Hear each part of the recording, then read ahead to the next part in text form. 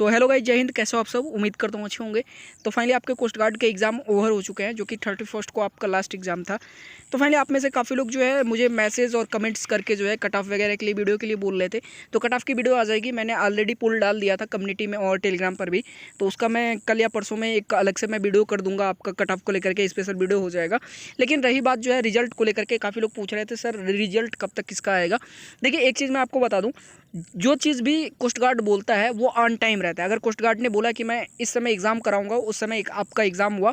अगर coast guard कहता है कि आपका, आप देख सकते हो यहाँ पे कि जो आपका रिजल्ट है वो लगभग जो है 30 दिन के अंदर अंदर आपका रिजल्ट जारी कर दिया जाएगा स्टेज 1 का। आप यहाँ पे देख सकते हो। तो जी हाँ, बिल्कुल सही है आपका। देखिए 25 से लेकर के 30 अप्रैल के बीच में आपका रिजल्ट जारी कर दिया जाएगा।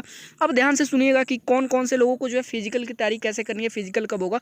नियर अबाउट 1 महीने बाद जो है 20 से 25 दिन का आपका समय मिलता है फिजिकल। पहले तो 15 दिन आपको मिलता है। देखिए रिजल्ट जारी होने के बाद 15 दिन आपका डॉक्यूमेंट्स वगैरह, एडिशनल डॉक्यूमेंट अगर कुछ अपलोड करना होता है तो उसके लिए टाइम मिलता है। उसके बाद ठीक है, उसके 15 से 20 दिन बाद आपका होता है फिजिकल। लेकिन शुरू में रिजल्ट जारी होने के 15 दिन तक जो है आपको समय दिया जाता है कुछ एडिशनल डॉक्यूमेंट वगैरह जो अपलोड करने के लिए। उसके बारे में मैं आपको बाद में बताऊंगा। लेकिन अगर रिजल्ट को लेकर के बात करें, अगर आप पूछते हो सर रिजल्ट कब तक आ जाएगा, तो आप देख सकते हो जैसा कि इन्होंने लिख रखा है, result of each stage of selection procedure from 1 to 3 can be accessed by. आपको वहीं पता चल जाएगा, आपके जो है अकाउंट से ही पता चल जाएगा, लॉगिन करके वेबसाइट से। लेकिन जो स्टेज 1 का जो रिजल्ट है वो लगभग 30 दिन के अंदर अनाउंस किया जाएगा।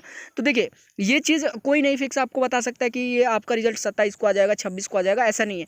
लेकिन 25 से 30 के बीच में जो है आपका रिजल्ट कन्फर्म है कि आ जाना है 25 अप्रैल से 30 अप्रैल। नेक्स्ट अब बात कर लेते हैं कि कौन से लोगों को फिजिकल की तैयारी करनी है और कौन से लोग ऐसे हैं जिनको फिजिकल की तैयारी नहीं करनी है, बल्कि अपने नेक्स्ट जो आपकी वैकेंसी आएगी उसके लिए तैयारी करनी है। एक चीज़ मैं आपको बता देता हूँ, सेक्शन 1 के लिए जिन लोगों ने डीवी का फॉर्म डाल रखा है उनको मैं बता देता हूँ। सेक्शन 1 के लिए अगर आप सोचते हो, चाहे आप ST SC हो या फिर EWS हो, अगर आप सोचते हो कि 45 से नीचे नंबर ला करके आप सेक्शन 1 मतलब क्लियर कर लेते हो, अगर सेक्शन 1 मान लो अगर क्लियर भी हो जाता है ST SC वालों का, 45 से नीचे अगर किसी का बाय द वे लग जाता है, वैसे 45 से नीचे लगेगा नहीं, तो फाइनल सिलेक्शन तक नहीं पहुंच पाओगे। ये चीज़ समझ लेना।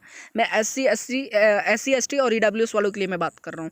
तो इसलिए जितने भी लोग हैं सबको मैं बता देता हूँ, अगर आप ये सोचते हो कि अगर आपका 45 से नीचे, आप कैलकुलेट कर रहे हो, अगर 45 से नीचे आपका मार्क्स आ रहा है तो कहीं ना कहीं आप अपनी अगली वैकेंसी का तैयारी शुरू कर दीजिए। ठीक है। और अगर 45 प्लस हैं, मतलब जैसे मान लो जनरल वालों का कहीं ना कहीं हर बार आप देख रहे हो 51-52 आपका फाइनल कट ऑफ लग रहा है, 2 वैकेंसी आपने देख ली है। तो अगर आप 45 से ऊपर हैं, SC ST हैं, EWS हैं, OBC हैं या फिर जनरल है, तो आप कहीं ना कहीं आपकी उम्मीद है। वैसे मैं जनरल वालों को तो नहीं कहूँगा कि आप फाइनल तो स्टेज तक जाओगे, OBC और जनरल वालों को नहीं कहूँगा कि आप 45 से ऊपर पाए हो तो आप जाओगे। कहीं ना कहीं जो है 50 मान के चलिए OBC और जनरल वालों के लिए, 50 प्लस अगर आप रहेंगे तभी फाइनल स्टेज तक जा पाएंगे। हाँ, मैं EWS और ST SC वालों को कह सकता हूँ कि 45 प्लस हो सकता है आपका आ जाए, क्योंकि देखो इसी बीच में आपका, आपने सेक्शन 1 का पेपर देखा था पिछली बार से, अभी काफ़ी इस बार आसान था आपका पेपर सेक्शन 1 का। ठीक है। मैथ में भी एडवांस मैथ जो है आपका वो थोड़ा कम था, ज़्यादा उस हिसाब से किसी जो है शिफ्ट में था, लेकिन किसी शिफ्ट में बिल्कुल भी नॉर्मल जो है आपका मैथ का पेपर आया हुआ था।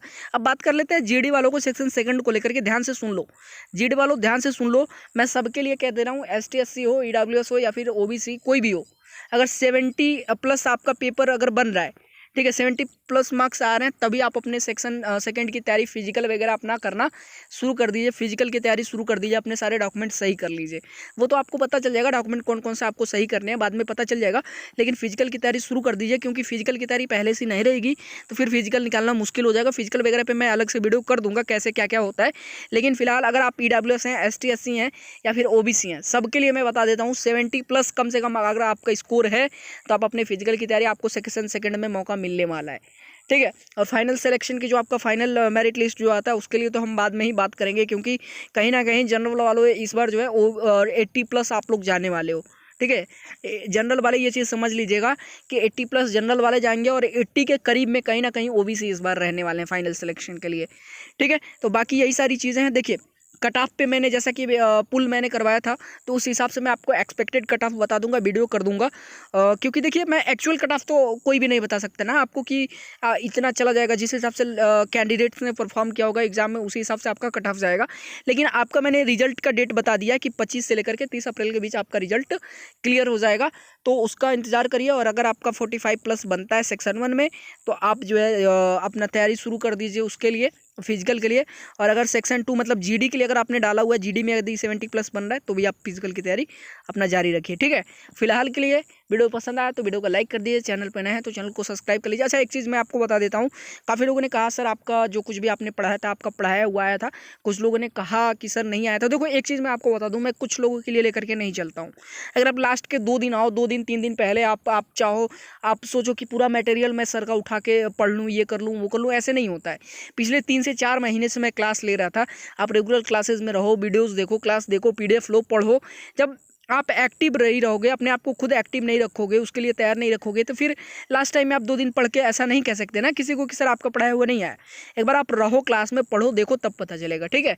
और आपके ऐसा कहने से कोई मुझे फ़र्क पड़ता नहीं है, क्योंकि मुझे पता है कि मैंने अपना बेस्ट दिया था आप सभी के लिए, ठीक है।